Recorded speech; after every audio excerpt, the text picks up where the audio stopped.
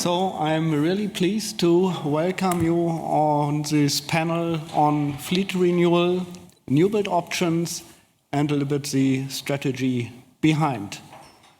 Before we jump into the topic, just let me briefly introduce the panelists.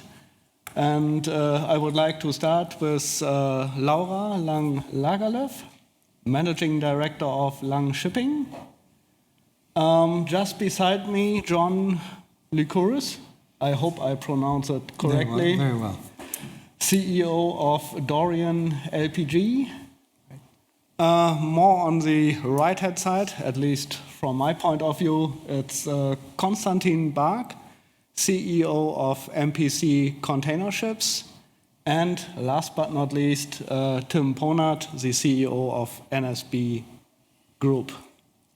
So welcome to this panel, and let me start with a little bit broader perspective. We heard a lot about this geopolitical crisis, also still the pandemic situation, we have decarbonization pressure, so a lot of things influencing the strategy. And even strategy in what we think are comfortable normal times is a challenge to take a look into the next 5, 10, 20 years, as here we are talking on assets with quite some value, with quite a long operational time.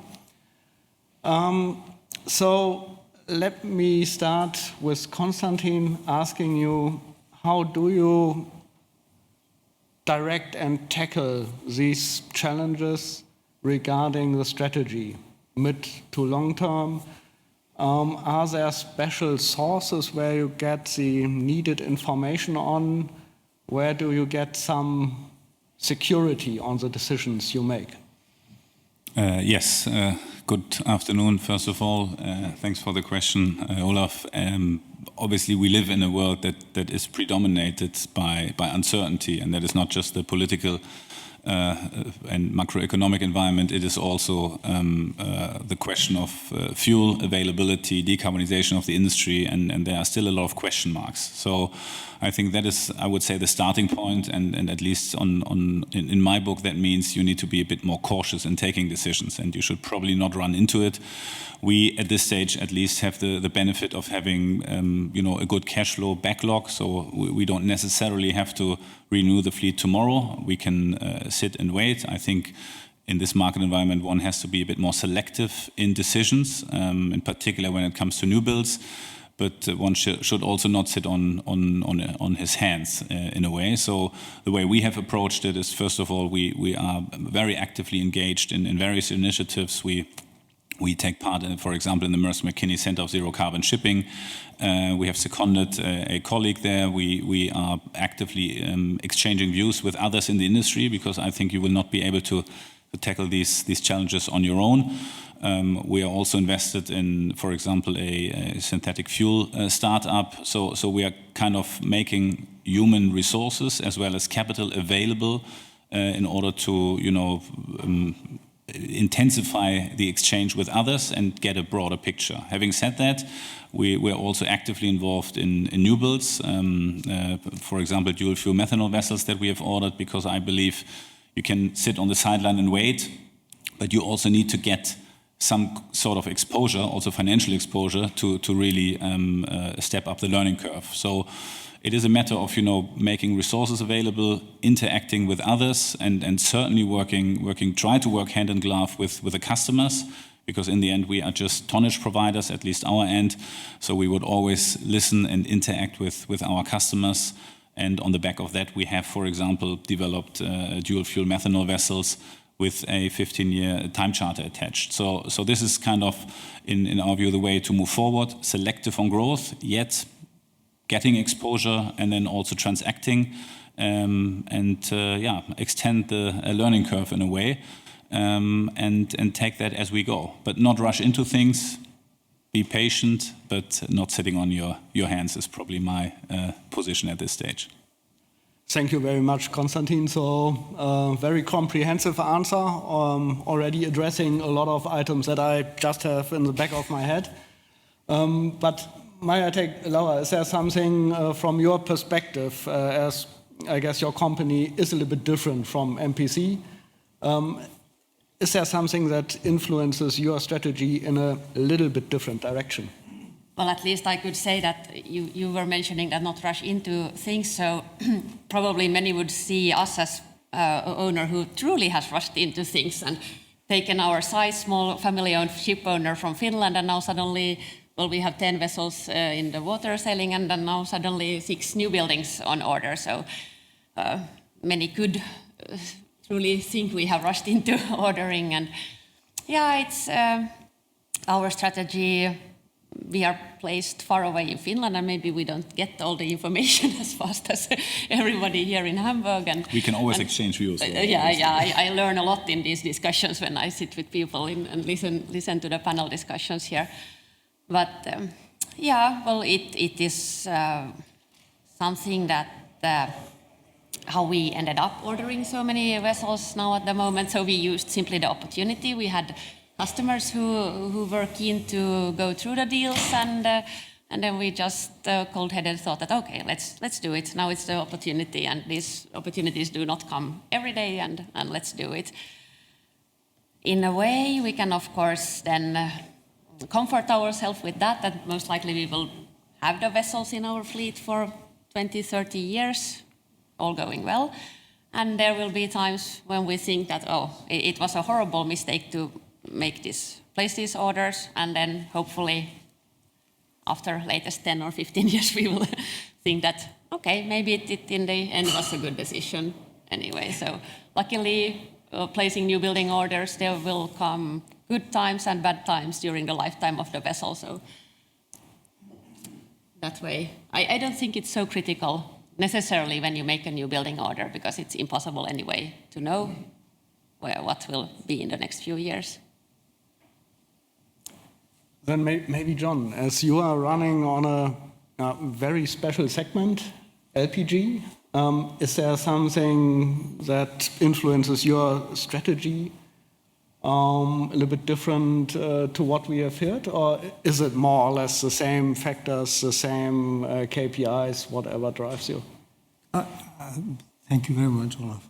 I think that the transition into dual fuel engines was something that was coming for a long time.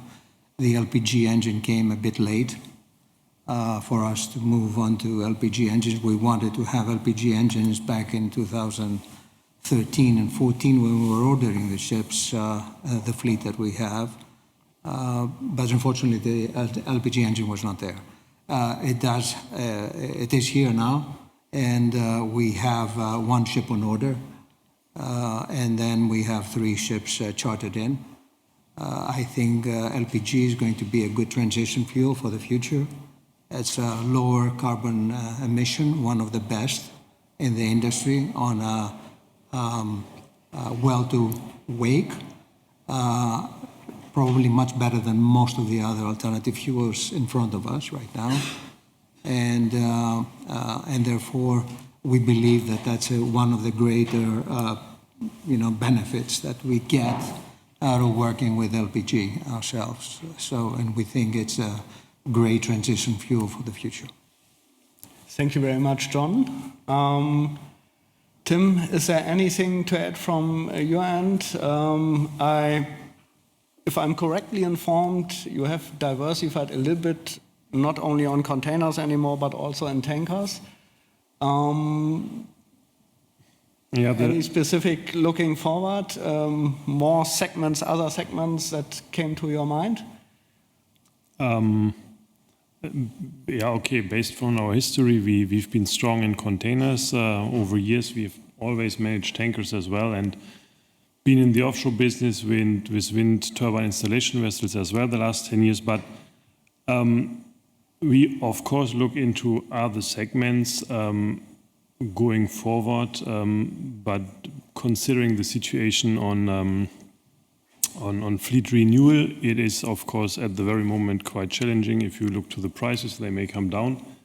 On the other side, we have heard today quite often that there's capital enough, so it just looks for the right project, and that's, I think, the the challenge we see all together, and we've seen it from Constantin as well, or Christian earlier today from MPC, that it needs collaboration, right? So the market is changing, and as we talk about alternative fuels, for example, methanol or ammonia, that's a risk you need to take, and it's hard to find finance without a charter backed to that project.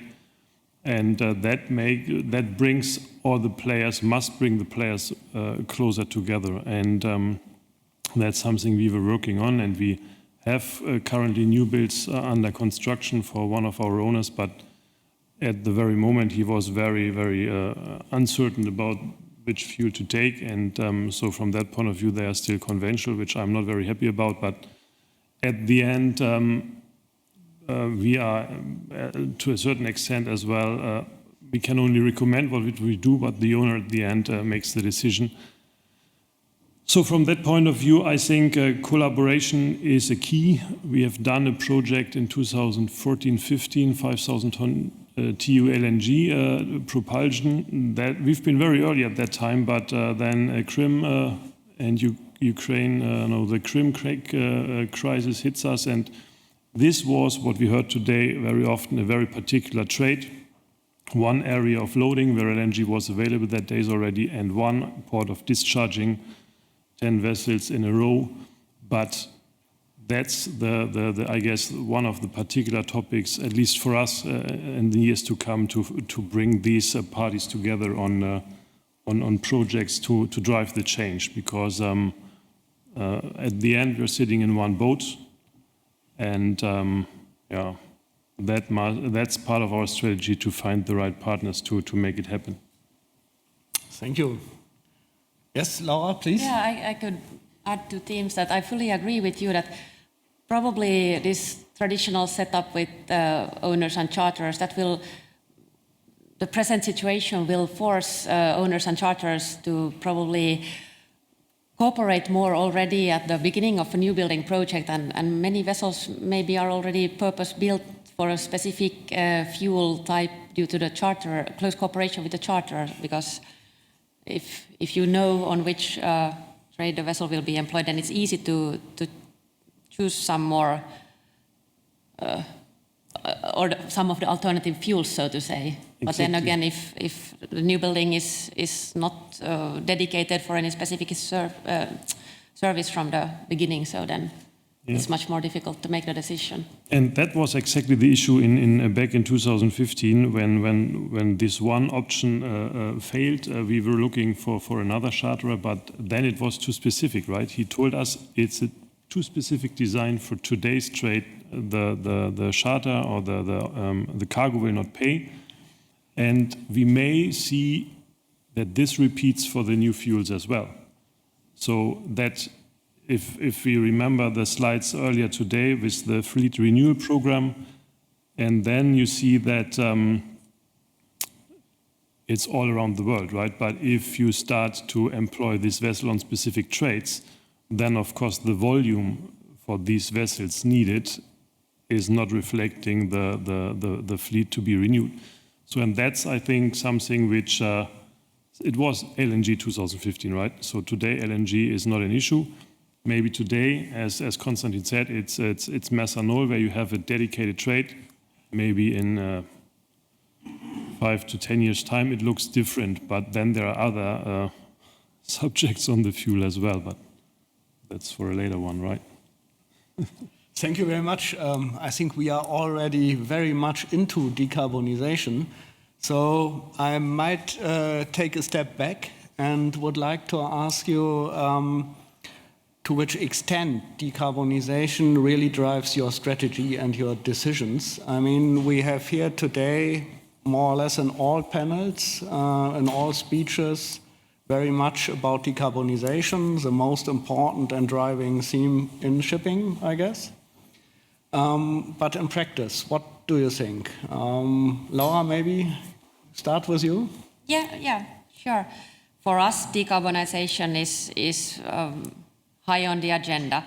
And in addition to the ship owning company, we also have other company called Langh-Tech, where we have manufactured scrubbers, and now for a few years also parts of the treatment systems. And there we are in Langh-Tech, we are now focusing a lot on carbon capture product development.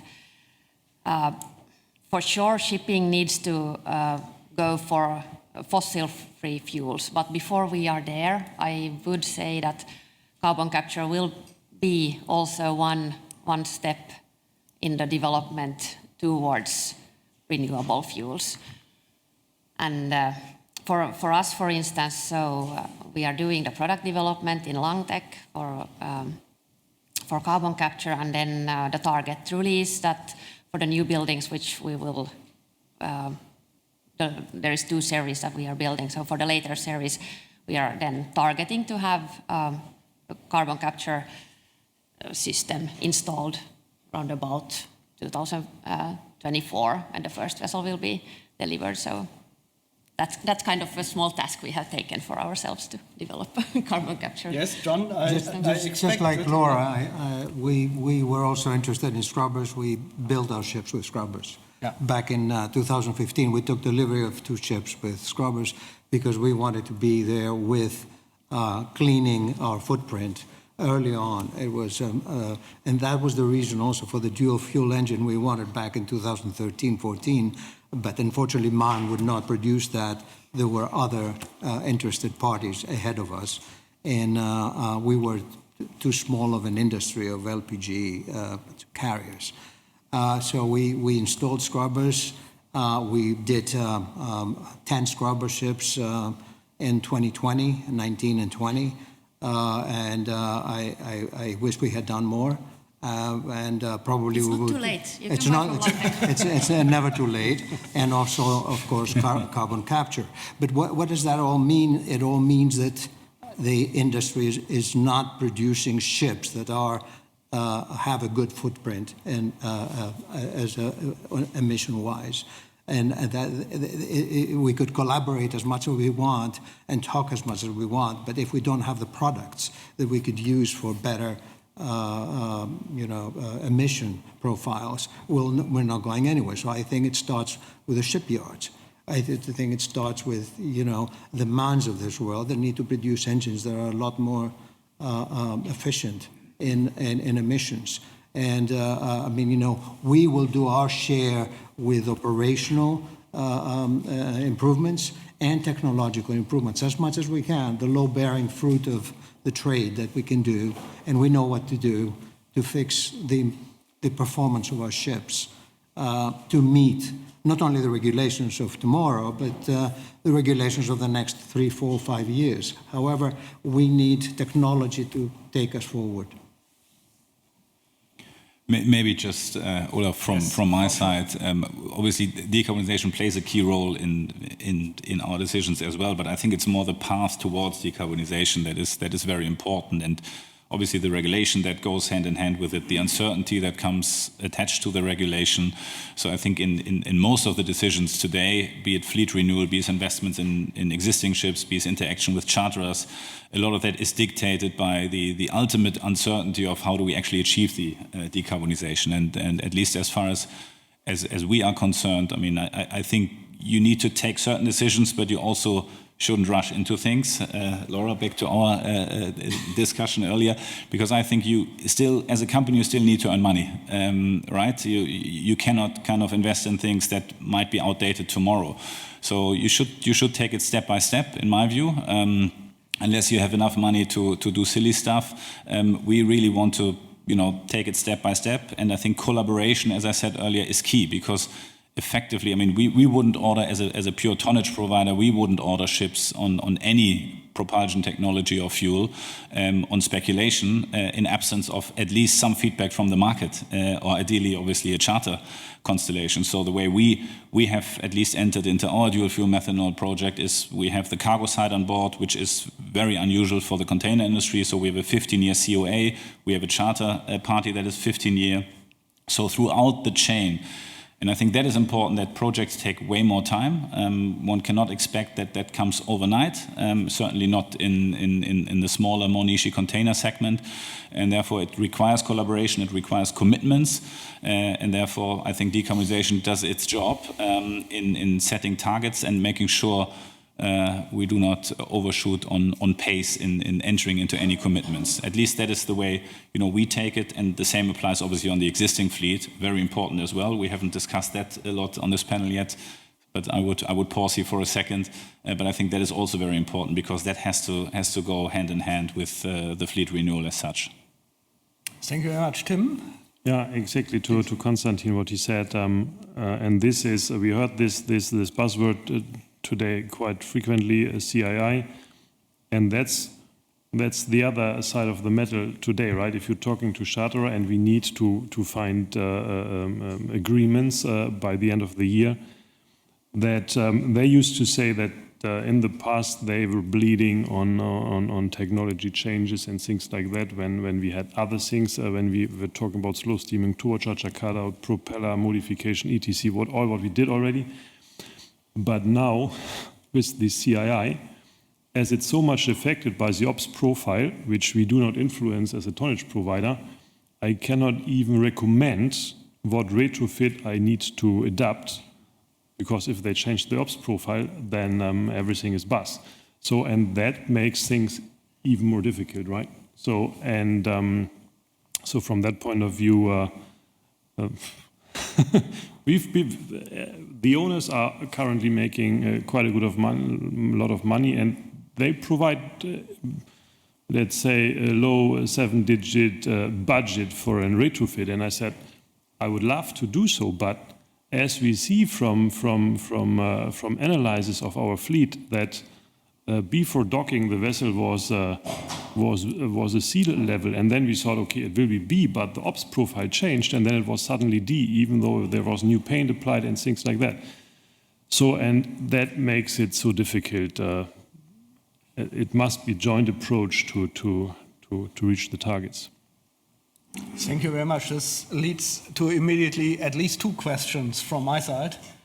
Maybe I start with the first one.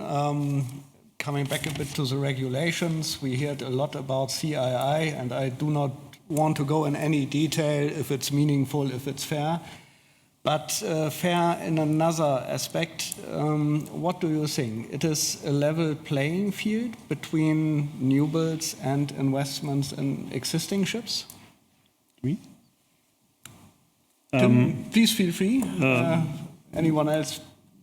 Step in, okay.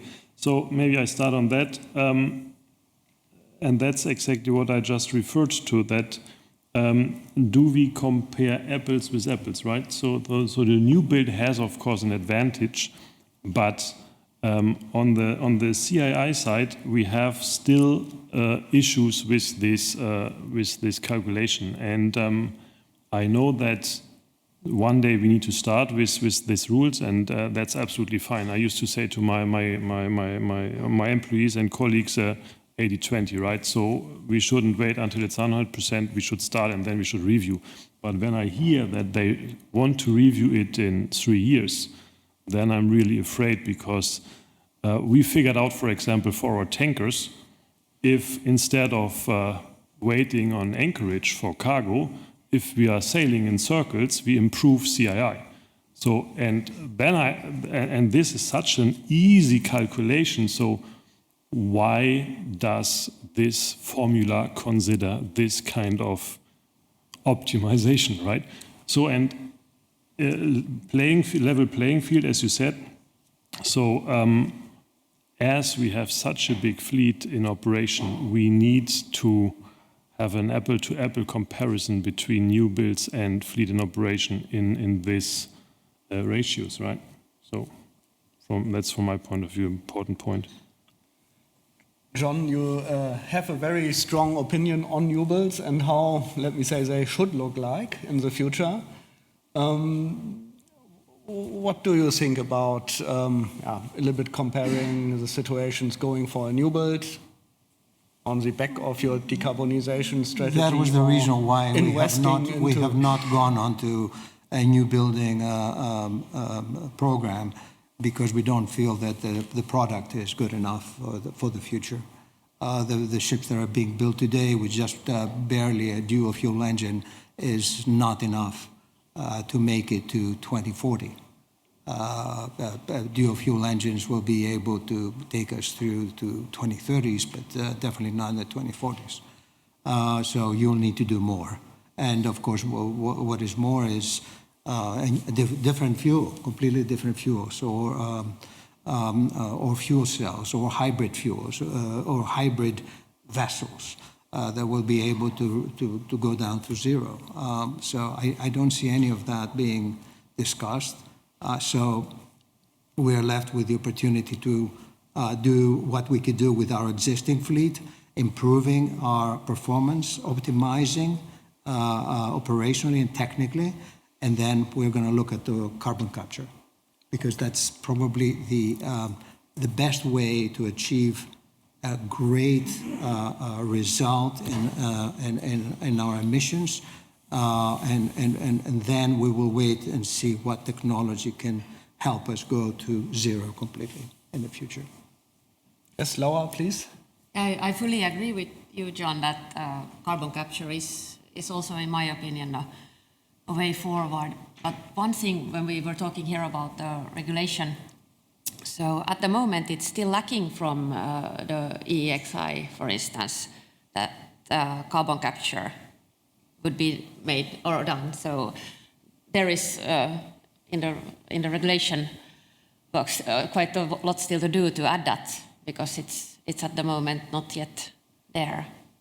So I hope that someone here in the audience is also picking up this, and I don't know, maybe it's ongoing. Like I mentioned, I'm far away from Finland and we are not getting the latest news, so maybe that's already ongoing and regulations are being prepared. But for the moment, it's a little bit challenging to even work on product development, because you don't quite know how it would be implemented in the regulation. So it's a bit about security by regulations, and also we had earlier today that 5 years security is not enough if you take an investment for 10, 15, 20 years. So also you would identify a gap, right? Mm. When it just briefly coming back, or shortly coming back to carbon capture, because I see a lot of investments in this field from the supply industry going on, a lot of research still done, although a lot of plants are ready. However, for me, it is a little bit dependent on the trade you have, because of course you need the capacity to store the CO2 on board, and then to make it really sustainable, you need to have the devices onshore, and also to, let me say, treat it in a sustainable way, which is not that easy. Constantin, what would your best guess when it comes to more the deep sea shipping, longer routes, different trades? Well, I agree to what you said. Obviously, you need to have the capacity to capture and then to store the carbon. So I think on certain trades, it's basically impossible. And I would actually add that, and we also installed a number of scrubbers on our vessels to make that point up front. But I think there's certain technology, such as scrubbers and maybe also carbon capture, that should actually be done onshore and not on board of a vessel, right? So I think there's a lot of technological devices that are being pushed on board of a ship, and the ship should be there to go from A to B as little technology as necessary, in my view, and just go there. So I think carbon capture might be a viable solution on certain trades, on certain vessel types, but for example, on a large container ship with going across the Pacific or the Atlantic, it doesn't make sense at all, because you will not be able to capture and store the CO2 on board of the ship. It will be super inefficient. So I think we should rather start onshore to work on technology solution onshore, and everything on board of a ship is probably on a selective basis a solution. But I think it's not the final solution to address the decarbonization of the industry. If we look at capex requirements to decarbonize the whole industry, you're looking at 85 to 90% should actually be done onshore, and only 15 to 20% should be done on board the ships. And we're talking billions and trillions of dollars. So I think the the solutions, we have to be innovative, and maybe carbon capture is one of the solutions that adds to the overall decarbonization, but I think it's not the solution. I personally doubt it, but I'm happy to be educated and learn better. But that's at least my view on that subject. But I think we are now immediately into the fuel question, because I think depending on the performance of your vessel, so where you start, sooner or later, you will face the question what to do next, and eventually it's about the fuel. And fuels, for me, is also very closely linked to collaboration. We heard already that there is, I call it fuel competition to be expected between the different industries. Maritime is for sure not alone and not the biggest player globally. So collaboration is key, fully agreed. To be a bit frank on this, it's easy and nice to talk about collaboration, but to get it really done in an open way in practice is a different story. So just what is your experience? I mean, some of you mentioned that you are in these decarbonization centers where a lot of stakeholders from Maritime are in, but also your competition is in. What is your experience? So no other, just what are your thoughts? What do you see currently? Room for improvement? Well, I think at least there are these bigger initiatives and platforms where there is an exchange of information, and I think it's needed. So I would argue, yes, at this stage it's needed, it's taking place, and it's getting better. Is that the collaboration that eventually provides all the solutions to our challenges? I'm not sure, but I think it's definitely a starting point. And to a point earlier, I mean, obviously with the different fuels, the shipping industry is in competition with all other industries basically on the path to decarbonization. And I mean, in the past, what we burned on board of ships was used to build streets and to fuel a ship, right? And no competition whatsoever. I mean, on methanol, on ammonia, on whatever, the whole competitive landscape on who will actually use these fuels will be a completely different one. And people might be less price sensitive or more price sensitive depending on the state of the respective industry. So I think this is also a very big wild card and question mark going forward. How will actually the sourcing and the whole competitive landscape when it comes to sourcing of fuels be determined going forward? So I think this, at least for me, is one of the biggest question marks going forward, how that will actually play out. John, do you have a special experience in this field when it comes to collaboration on...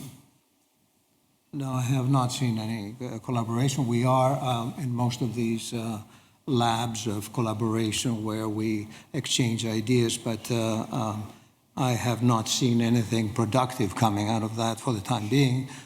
Maybe it will in the future, and we hope soon, because we need that result to come forward.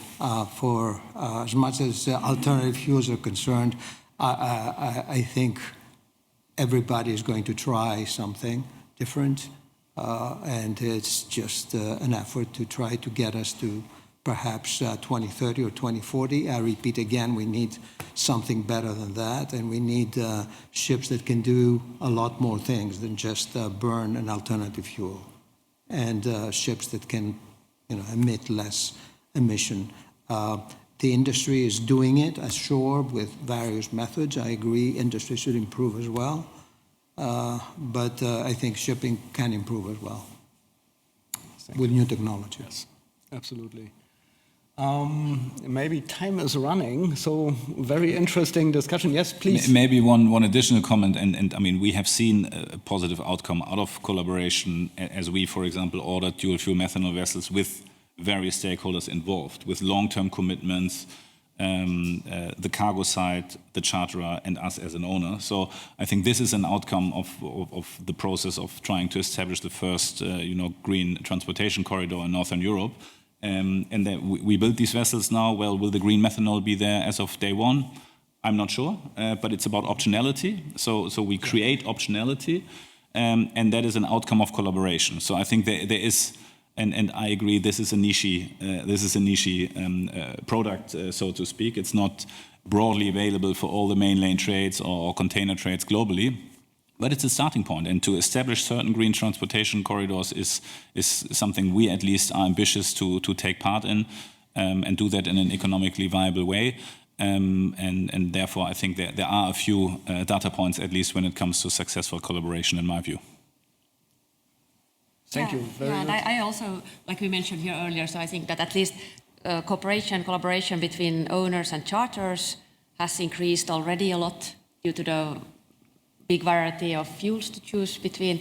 But maybe we could think as owners also, should we truly collaborate more, and if we make sure that the more vessels there are on order to burn specific fuels, then of course there will also be interest for fuel suppliers to make sure that there is that fuel available, and that way possibly we could also contribute to a change in use of fuels as Tim, owners. what is your experience in this field?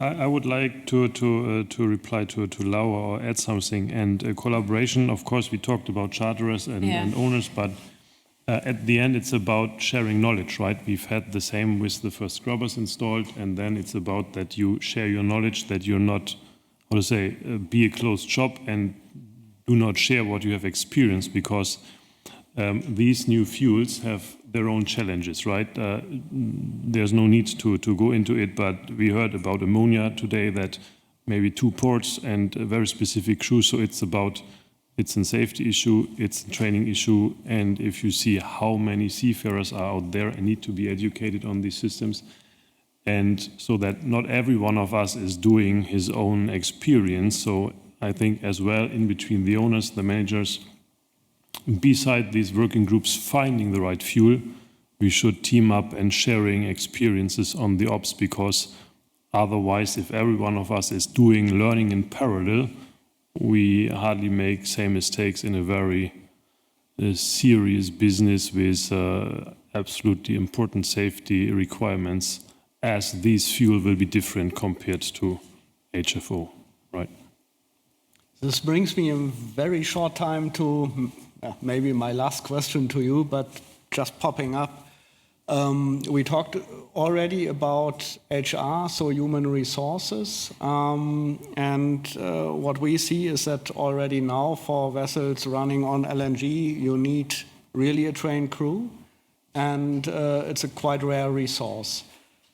Just very shortly to all of you, how or if and how do you consider this crewing aspect, HR aspects in your strategy?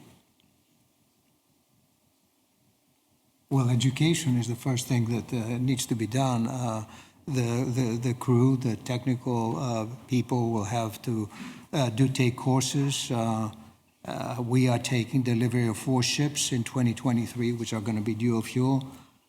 They've already training and courses, and